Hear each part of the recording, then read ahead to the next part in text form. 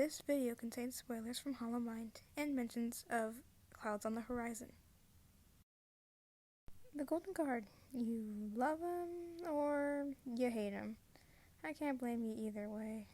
Somehow he's warmed into many of our hearts, and in such a way, I am now making a cosplay for him.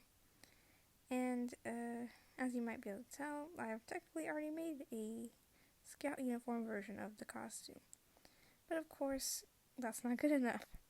So we are going to be endeavoring on making his Golden Guard uniform. Or at least the Golden Guard uniform of the current Golden Guard. The previous ones will be a work in progress for later when I have the money. By this point I do have a little bit of experience making cosplays since I've made at least this one fully. Hoping to make this video so I actually complete this one unlike Akechi over here. But of course you guys will need some materials, so here's a list I've compiled of what I personally used. I'll also add a few things that you might want to add if you want to do it differently. Also, I'm taking this to a Masquerade most likely, so I'm doing a little bit extra work compared to other people. I am adding some embroidery in here, but it's not required. And I'm making the cape by myself, of course, also not required. And some of these pieces are going to be a little extra. But of course, I will warn you guys ahead of time on those things. I also am not making the pants myself, because pants are the bane of my existence. So if you want to do that, just add that into your account of what you need, because I will not be doing that. Now, because I'm from the future, I can tell you all the mistakes I have made with this project.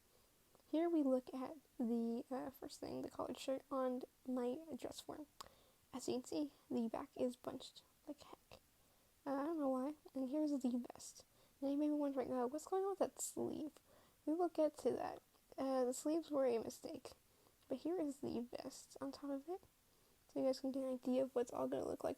I'm going to give a more in-depth tutorial about everything in a second, but here's what we're looking at.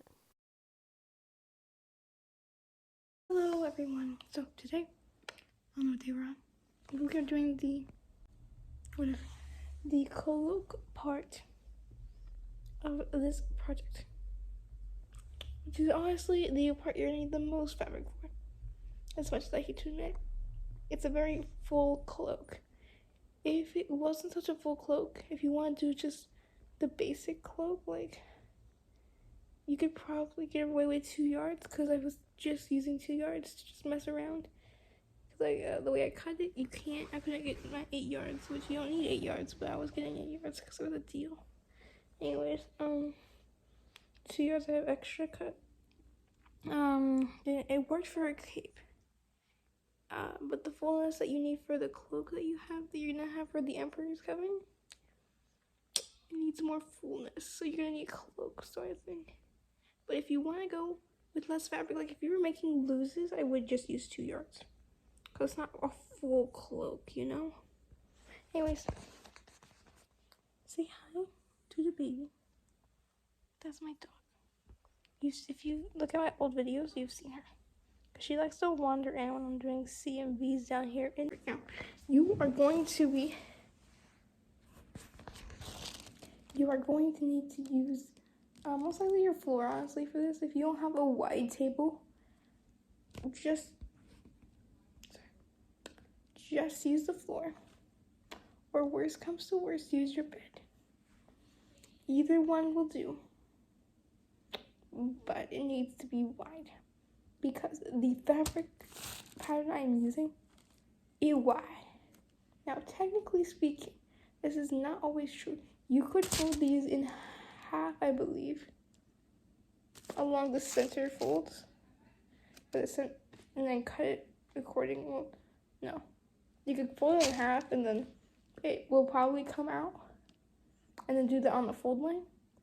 However, if you don't want to do that, then yeah, you're still gonna need about 6 yards of fabric, because that method you only get to get 1 out of each.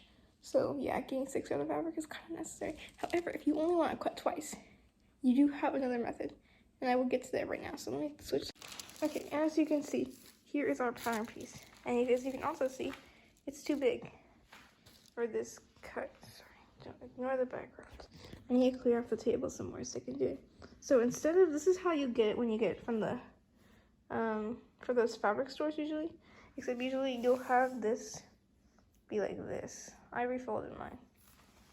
Actually, no. I think for once it was folded correctly. Huh. That does not happen often. So here's our pattern, by the way. We got front AC because we're not doing the curved ones. So usually B is the one with the, but it says cut 2, obviously. So you're gonna cut 2 of these. However, there is a hack if you are like me. And as long as you're using a fabric like this, which is plain. Oh, I should go over my value choice anyways, but we'll get to that.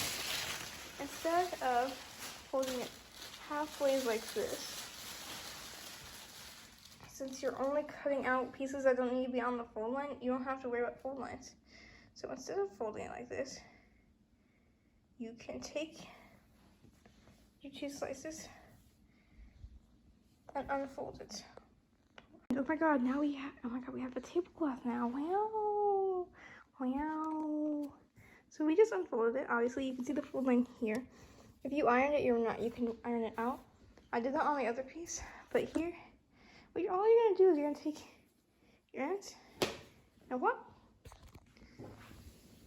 So that you have the ends meeting on the ends of this. So then you have extra white fabric. Okay, now hopefully with minimal wrinkles, if you have some that just aren't coming out, or they just keep coming back, you can't do anything about them. It shouldn't affect it too much. But of course, try your best. This is honestly probably why it's better to do this on the floor, because we still have tons hanging off the side and hanging off the side on that side. So if you're gonna do this on the table that's too small, like me, you wanna make sure your edges all line up with the edge of the table, so you can just not have a bunch of extra fabric on one, like right in the middle. They just cut in the middle. It's not fun. If you want to reuse this fabric, it's not fun, Alex. So make sure it's nice and even, Steven. Steven. Anyways, like that. And then you're just gonna take whatever fabric, whatever pattern piece you want, and you're just gonna joint it on there. Prefer to make yours biggest end at the end of the table, like so, and see how it goes over the whole table. If you have well, like this, you're gonna want to. You want to line up one edge so that they're flat like this. You want this is just personal preference. Many patterns will tell you to do this too. To lay one of your edges flush along the edge of the fabric, just because it's easier. The option I'll go with, which is pins, or you can put weights on here and then just cut it out that way, or put weights and pins. I like weights and pins because it double checks my work. Also, another thing, before you even think about laying down your pattern, you should really iron it first so you can get all the, so it lays nice and flat. This one's been moving around too much, so it really isn't as flat anymore, but it's mostly flat now. Flatter than it would be if I just cut it and I just did it. Also, the type of fabric, I never went over this. So as you can see, the side is kind of soft. This side is silky. That's because I have a satin flannel back. If you've ever seen baby blankets with the silk on one side, this is the type of fabric that is usually. And yeah, pretty much that's it.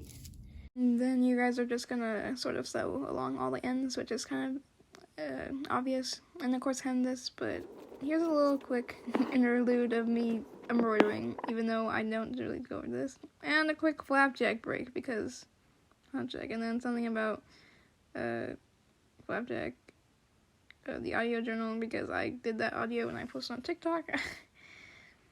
His name is Flapjack, and I have to admit, I don't know what a flapjack is. The Coven heads are equally oblivious, okay. And then I proceeded to have a break over Halloween, trying to make his Halloween costume from season 3. So, a lot of stuff just ended up happening. But if you guys are curious what it would look like with 2 yards of fabric, this is kind of pretty much what it looks like. I made someone else's with 2 yards of fabric because I didn't have more than 2 yards of fabric of the color I needed. This is an Amity Blight version of the Coven Guard cloak. Someone asked me to make one, and I was like, I bet. And yeah, this is actually my first commission, guys, so if you want to commission me, you can. Sorry, that was a plug. My apologies. Also, I was wearing a wig, so I didn't get my hair on it. Yeah. So that's kind of it here. We're going to get back to the main part, but yeah, I took a break for a long time with the Golden Guard project because of school and other stuff. So for the rest of this audio, there will only be pictures because I did not record any more videos. So here is the cape with all the masks. Now, but here's the problem. I did not have enough foam to make this many masks, so there's actually way less than that, and I had some creative ideas while we were doing it. But these foam masks are just made from a very easy circle material, and then just with a cut in the middle, and then you just put them together with some hot glue. And then here's some with them spray painted. I just used some basic gold, and I put some Mod Podge on some of them before and then after to seal it. And here are them on the mask, on the cape. And I realized I never mentioned this before, but this cape needed to have a overlying material so that it would be able to take off and show the grand reveal of the bottom cape. So I made a top cape with about a yard or so of fabric, and then a capelet that went on top of it connected to it. And that is the situation you see here. And the cape was simply created by taking the back piece and cutting 2 of those, and then taking a capelet piece, which would have been a circle skirt, and only taking the 2 front pieces and cutting in the middle, and then attaching them together at the shoulders. For the vest, I added some cardboard pieces to the bottom, as you can see, and added 2 cardboard edges on each piece to represent the armor pieces lower than the waist. And then, of course, I took some transfer paper and put the Golden Guards, the Emperor's Coven sigil, and put that on some gold fabric and some cardboard, and I pinned it to the capes. And here is it completed with the top layers, only the top layers here. So let me tell you, this experience was chaotic, and it was certainly fun though, and I really appreciate everyone's words about it, and I was so happy that I got to do it. For anyone curious, it was basically completed in a few hours before the convention. I had to get there for my gathering, and I didn't put in anything about my collared shirt because the process was so annoying that I actually don't want to go over it again. And same with the wig.